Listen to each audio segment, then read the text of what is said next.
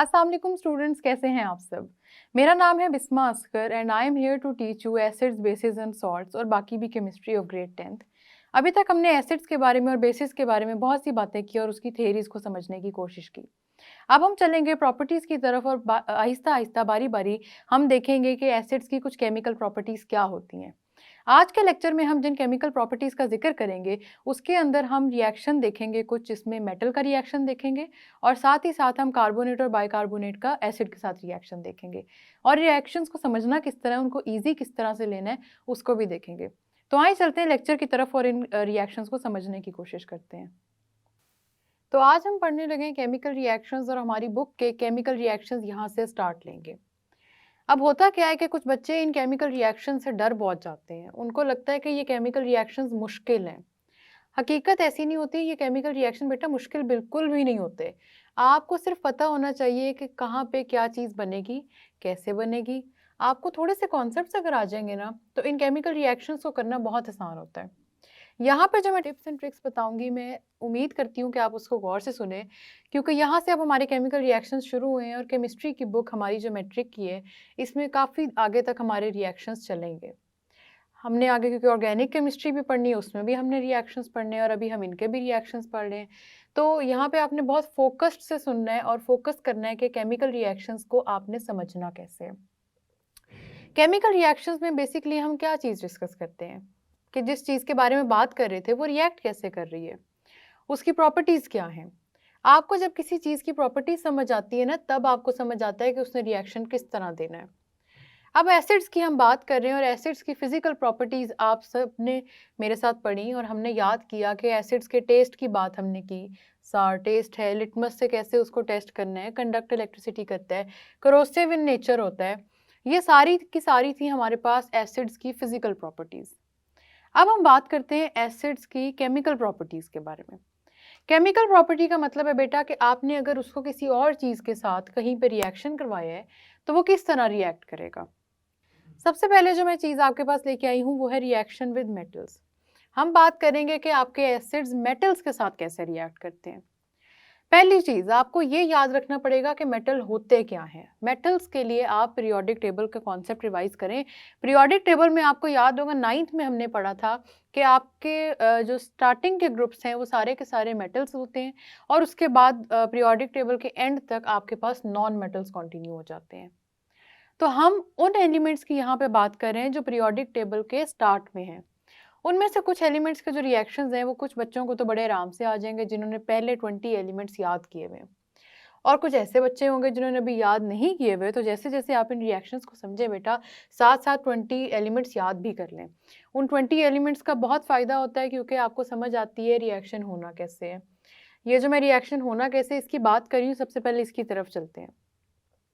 आपके जो एसिड्स होते हैं ये मेटल्स के साथ रिएक्ट करते हैं और हमने अपनी प्रॉपर्टीज़ पढ़ने के टाइम पे ये चीज़ डिस्कस की थी कि जब भी एसिड मेटल के साथ रिएक्ट करेगा, मतलब आपने कोई मेटल डाला एसिड के अंदर, तो acids are corrosive in nature.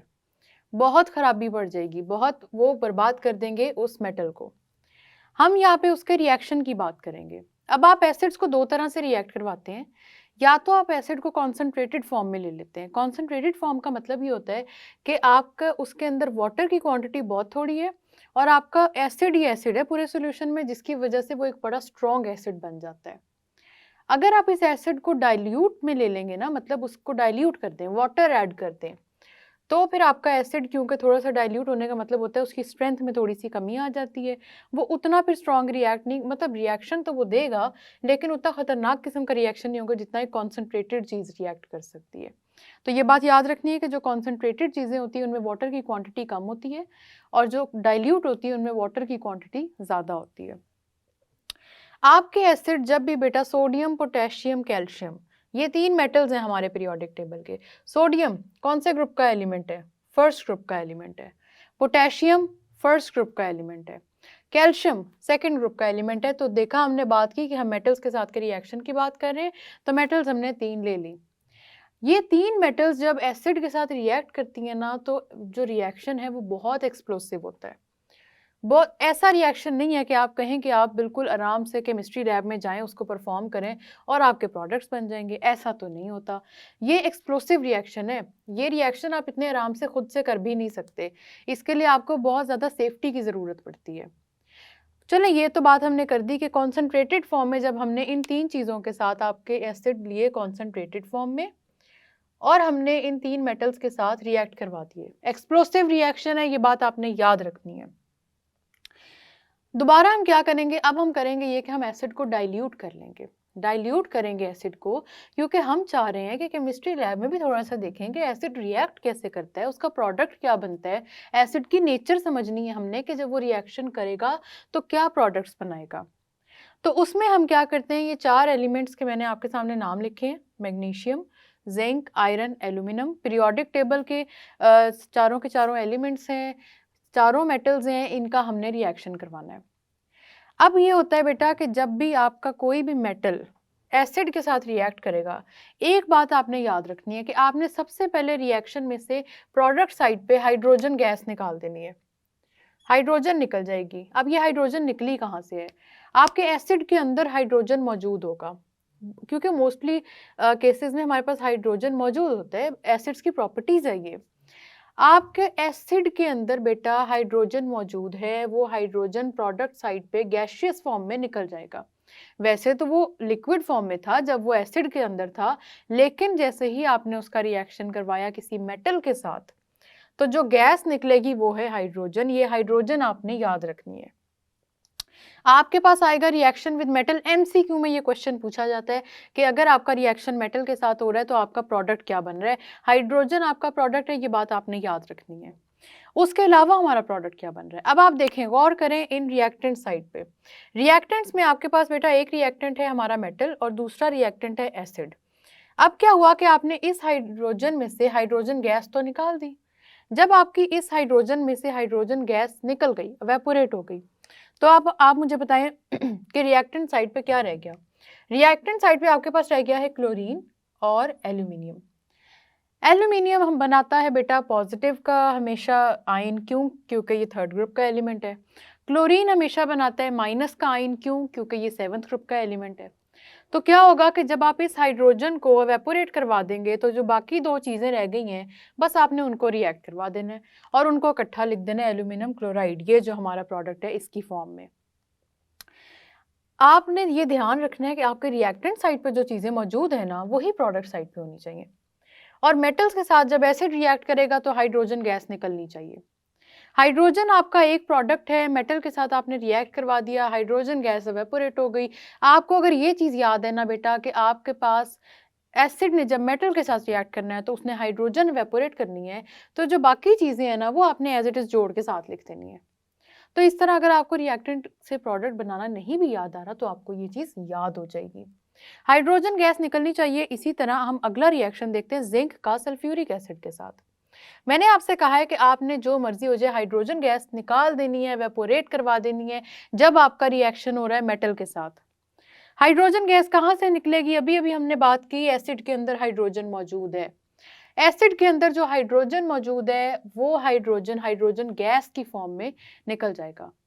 मतलब 2 हाइड्रोजन एक दूसरे के साथ कंबाइन करेंगे, वो हाइड्रोजन गैस का मॉलिक्यूल बनाएंगे और वो निकल जाएंगे। तो आपके पास यहाँ पे इस रिएक्शन में गौर करें, क्योंकि मैंने आपको एक रिएक्शन समझाया कि आपके पास हाइड्रोजन गैस निकाल दो जब मेटल के साथ रिएक्ट करवा रहे हो। मेटल के साथ रिएक्ट करवाओ, हाइड्रोजन गैस निकाल दो, जो चीज़ें बचती हैं उनको इकट्ठा करके लिख दो। तो हमने बात कर ली कि हाइड्रोजन गैस निकलनी चाहिए जब मेटल के साथ एसिड का रिएक्ट हो रहा है। तो हम क्या करेंगे कि दोबारा इस रिएक्शन में जिसमें मैं जिंक इज अ मेटल, आपको पता होगा जिंक मेटल है, सल्फ्यूरिक एसिड के साथ इसका रिएक्शन करवा रही हूँ। सबसे पहली चीज़ जो हमने पहली बात कर दी कि हाइड्रोजन गैस को एवेपोरेट करवा दो, निकाल दो हाइड्रोजन गैस इसके अंदर से। ये आपके इस रिएक्शन की प्रॉपर्टी है, ये बात याद रखनी है। जब भी मेटल ने रिएक्ट करना है एसिड के साथ, उसने अपने अंदर से हाइड्रोजन निकाल देनी, हाइड्रोजन गैस की फॉर्म में। हाइड्रोजन निकल जाएगी, हाइड्रोजन गैस एवेपोरेट हो जाएगी। हाइड्रोजन गैस एवेपोरेट हो जाएगी तो देखो आपने इस हाइड्रोजन को निकाल दिया बेटा।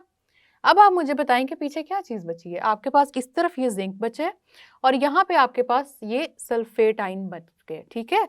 आपने क्या करना है, आपने इस जिंक को रिएक्ट करवा देना है इस SO4 के साथ और आपके पास जो रिजल्टेंट कंपाउंड बन जाएगा वो होगा जिंक सल्फेट।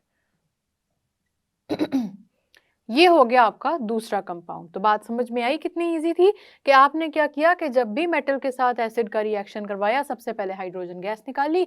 हाइड्रोजन क्योंकि गैसियस फॉर्म में है, ये एवेपोरेट कर जाएगी। दूसरी चीज, आपके पास जितने रिएक्टेंट्स बच गए थे, जितनी चीजें बच गई थी रिएक्टेंट साइड पे, उन सबको करो कंबाइन और उनको प्रोडक्ट साइड पे लिख दो। तो यूं करके आपका जिंक सल्फेट बन गया और ये आपका प्रोडक्ट है। यहाँ पे आपने एक बात याद रखनी है, नंबर ऑफ मोल्स को लाजमी कैलकुलेट करके देखना है कि क्या वो इक्वल आ रहे हैं। हाइड्रोजन देख लो, रिएक्टेंट साइड पे 2 है, प्रोडक्ट साइड पे भी 2, हमने निकाल दी, हाइड्रोजन हमारी बैलेंस्ड है। जिंक देखो 1 है, रिएक्टेंट साइड पे, प्रोडक्ट साइड पे भी 1 मौजूद है, ये भी हमारी बैलेंस्ड है। पूरा SO4 देख लो, सल्फर 1 और ऑक्सीजन 4, हमारा पूरा का पूरा रिएक्शन बैलेंस्ड है। रिएक्शन बैलेंस करना बहुत ज़रूरी है क्योंकि नंबर ऑफ मोल्स अगर ऊपर नीचे हो जाएंगे तो आप ये बात एक्सप्लेन नहीं कर सकेंगे कि रिएक्शन हुआ कैसे है। तो बेटा लाजमी आपका रिएक्शन बैलेंस होना चाहिए। और साथ ही साथ आप देख सकते हैं कि मैंने छोटी ब्रैकेट्स में उनकी लिखी हुई है कि वो किस फॉर्म में प्रेजेंट थे। अब देखो मेटल की बात कर रहे हैं ना, तो मेटल तो होगा ही सॉलिड फॉर्म में, मेटल को तो आप लिक्विड फॉर्म में लोगे नहीं। तो आपने मेटल की जब बात करनी है तो कोई भी मेटल लिखो इधर और उसके साथ सॉलिड का साइन S छोटा ब्रैकेट में लिख दो। उसके बाद हम बात करें एसिड्स की, तो अभी अभी हमने बात की थी कि हमने जब इन एलिमेंट्स के साथ रिएक्शन कराया है तो हमने डाइल्यूट एसिड्स का कराया है। डाइल्यूट एसिड्स का मेरा बेटा मतलब है कि आपने एक्वस सोल्यूशन में ले लेना है। एक्वस सोल्यूशन में आपने रिएक्शन करवा दिया है तो आपका प्रोडक्ट भी एक्वस सोल्यूशन में बनेगा, जाहिर सी बात है, उसी डाइल्यूट सोल्यूशन में। और जो एक आपकी गैस है वो बेटा एवेपोरेट हो जाएगी। ये है रिएक्शन विद मेटल। आपके रिएक्टेंट साइड पे जो चीज़ें मौजूद हैं वो प्रोडक्ट साइड पे होनी चाहिए। चेंज आ सकता है, वो चीज़ें कन्वर्ट होकर कुछ और बन सकती हैं, लेकिन प्रोडक्ट साइड पे वो होनी ही होनी चाहिए। तो रिएक्शन विद मेटल जब हमने याद करना है तो हमने इस बात को याद कर लेना है कि हमारे पास हाइड्रोजन गैस बनेगी, मेटल्स में हाइड्रोजन गैस बनेगी। ये बात आप लोगों ने मेरे बच्चे याद रखनी है। हाइड्रोजन गैस आपने वेपोरेट करा देनी है। अगर आपको मेटल्स के साथ ये हाइड्रोजन याद है तो आपको मेटल्स के साथ के सारे रिएक्शंस आसानी से याद हो जाएंगे, फिर मैटर नहीं करता। फिर आपको कोई भी मेटल यहाँ पे दे दिया जाए, एसिड दे दिया जाए, आपको पता है हाइड्रोजन गैस ने निकलना ही निकलना है। MCQ का क्वेश्चन है बेटा, आपसे पूछा जाता है कि अगर आप रिएक्शन करवाते हैं एसिड का मेटल के साथ तो प्रोडक्ट क्या बनता है, और प्रोडक्ट में हाइड्रोजन गैस होनी ज़रूरी है। ये बात आपने याद रखनी है। आगे चलते हैं, रिएक्शन विद मैंने लिखा है, वैसे मैंने आप आगे नहीं लिखा, मैं आपको क्योंकि समझाना चाह रही थी कि यहाँ पे रिएक्शन हम किस चीज़ से करा रहे हैं। सबसे पहले CO3, ये देखें CO3, जहां पे भी आपको किसी कंपाउंड के अंदर ये CO3 इस तरह से प्रेजेंट नजर आए ना, तो आपने याद रखना है इसको कार्बोनेट कहते हैं। CO3 का नाम है कार्बोनेट। कार्बोनेट के साथ हमने कैल्शियम अटैच कर दिया तो इसका पूरा नाम हमने इजीली कर दिया कैल्शियम कार्बोनेट। ठीक है, कैल्शियम कार्बोनेट, CO3 आपका कार्बोनेट है। और बेटा जहां पे भी आपको HCO3 नजर आ जाए, H वैसे कहीं में भी आ जाएगा ना, CO3 कार्बोनेट है, साथ आपको हाइड्रोजन नजर आ गया तो आपने याद रखना है कि ये है बाइकार्बोनेट। ठीक है बेटा, ये बात समझ में आई कि CO3 कार्बोनेट है और CO3 के साथ अगर हाइड्रोजन भी लगाओ तो ये हो गया बाइकार्बोनेट।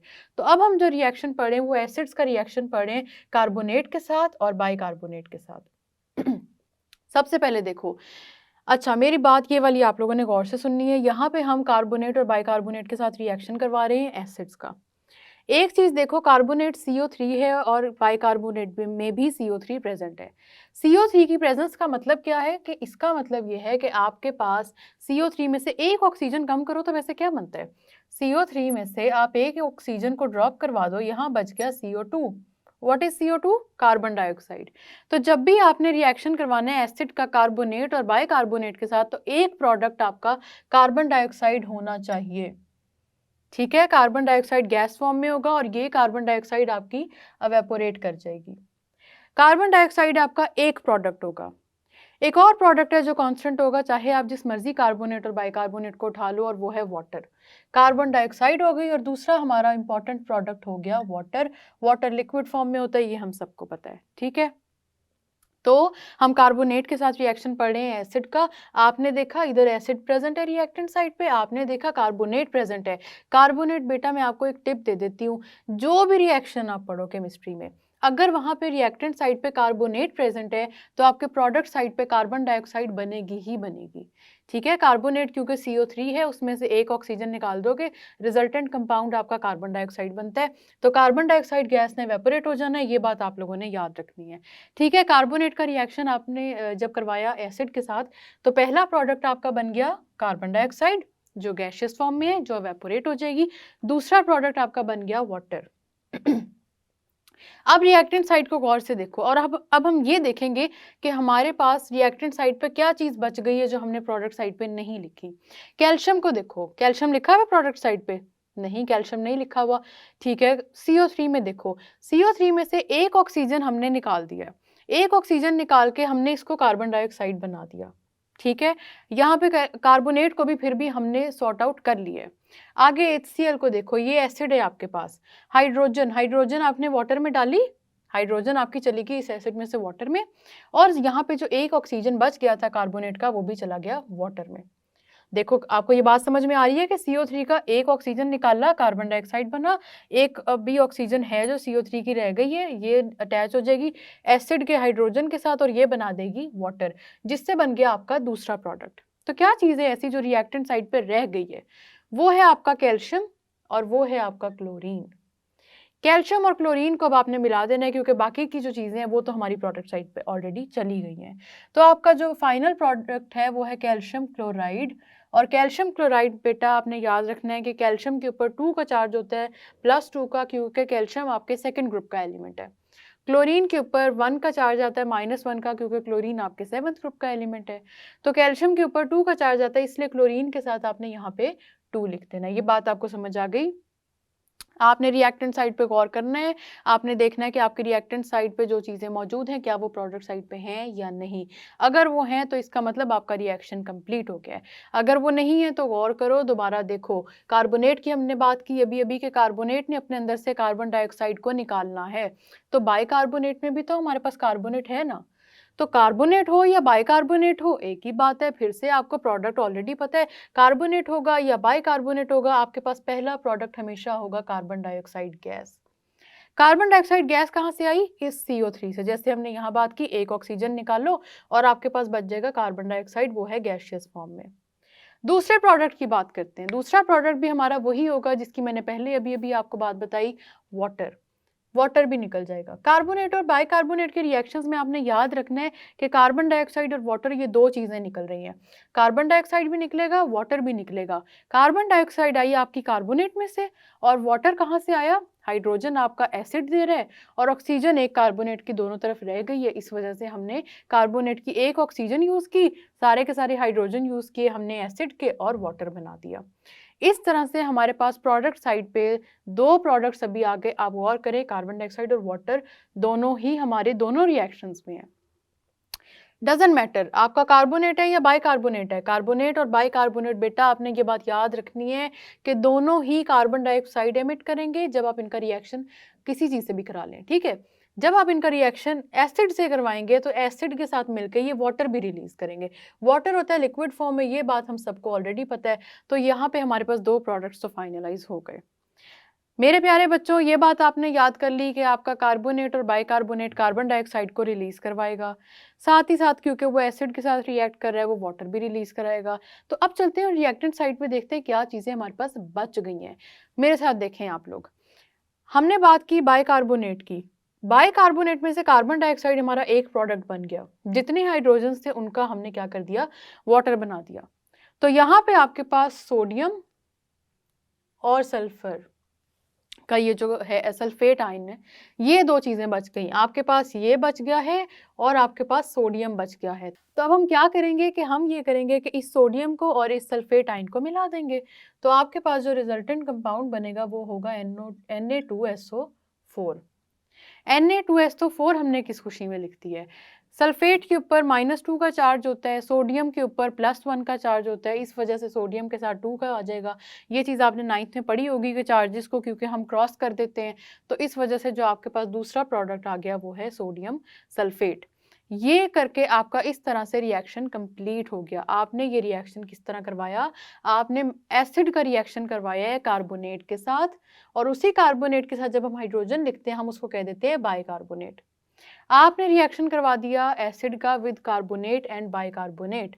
कार्बोनेट के साथ रिएक्ट करके उसने सबसे पहले निकाल दिया कार्बन डाइऑक्साइड को, फिर उसने निकाल दिया वाटर को। ये प्रोडक्ट आपके दो ऐसे हैं जो कांस्टेंट रहेंगे। आपने रिएक्टेंट्स में से कार्बन डाइऑक्साइड निकलवा दी, आपने वाटर निकलवा दिया, पीछे जो चीज़ें बच गई हैं उन सबको इकट्ठा करके लिख दो और इस तरह आपके प्रोडक्ट्स बन जाएंगे। तो आपने याद रखना है कि कार्बोनेट और बाइकार्बोनेट के रिएक्शन में जो दो कांस्टेंट प्रोडक्ट्स हैं ना आपके, वो हैं कार्बन डाइऑक्साइड और वाटर। और इसी तरह मेटल्स के रिएक्शन में जो आपका कांस्टेंट प्रोडक्ट है वो क्या है? Hydrogen gas. हाइड्रोजन गैस बेटा आपने लाजमी निकलवा देनी है रिएक्शन में से। तो ये चीज़ याद रखना, मेटल्स के साथ जब एसिड रिएक्ट करेगा तो हाइड्रोजन गैस निकलेगी, और इसी तरह कार्बोनेट और बाइकार्बोनेट के साथ जब आपका एसिड रिएक्ट करेगा तो जो कंपाउंड में से जो इनमें से प्रोडक्ट्स निकलेंगे वो है कार्बन डाइऑक्साइड और वो है वाटर। बाकी जो चीज़ें आपको रिएक्टेंट साइड पे नज़र आता है कि रह गई हैं पीछे, उनको आप लोगों ने अटैच कर देना है। मेटल्स के नाम याद करने बहुत ज़रूरी है। इन मेटल्स के नाम आपको आएँगे तो आपको पता लगेगा कि मेटल का रिएक्शन किस तरह से लिखना है। अगर इन मेटल्स के नाम ही नहीं आपको आते होंगे तो बेटा आप इसका रिएक्शन भूल जाओगे। तो इसलिए याद रखना है आप लोगों ने कि आप लोगों ने मेटल लिखना है, कोई भी आगे एसिड का नाम। मैंने आपसे पहले ही कहा है बेटा HCl और H2SO4 के नाम याद कर लो, ये इंपॉर्टेंट एसिड्स हैं, ये बार-बार यूज़ होंगे, ये बार-बार आएँगे केमिस्ट्री में। ये इतने इंपॉर्टेंट एसिड्स हैं कि जितने रिएक्शंस आप पढ़ेंगे इन दोनों को लाज़मी पढ़ेंगे। तो याद रख लो HCl और H2SO4, हाइड्रोक्लोरिक एसिड और सल्फ्यूरिक एसिड, ये दोनों एसिड्स बेटा बार-बार यूज़ होंगे। ये एसिड्स बार-बार यूज़ हो रहे हैं तो आपके पास मेटल के साथ जब रिएक्ट करोगे इन एसिड्स का तो हाइड्रोजन गैस लिबरेट हो जाएगी।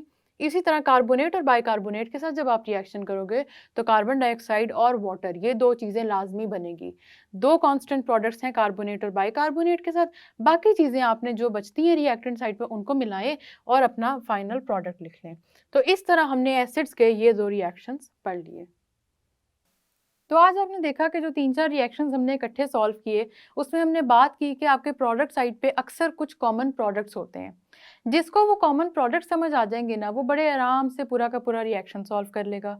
तो अगर कभी आपको भूल भी जाए कि आपके प्रोडक्ट साइड पे क्या चीज़ बन रही है और रिएक्टेंट साइड पे क्या चीज़ है, तो आपने बड़े आराम से पहले कॉमन प्रोडक्ट्स को लिख लेना है।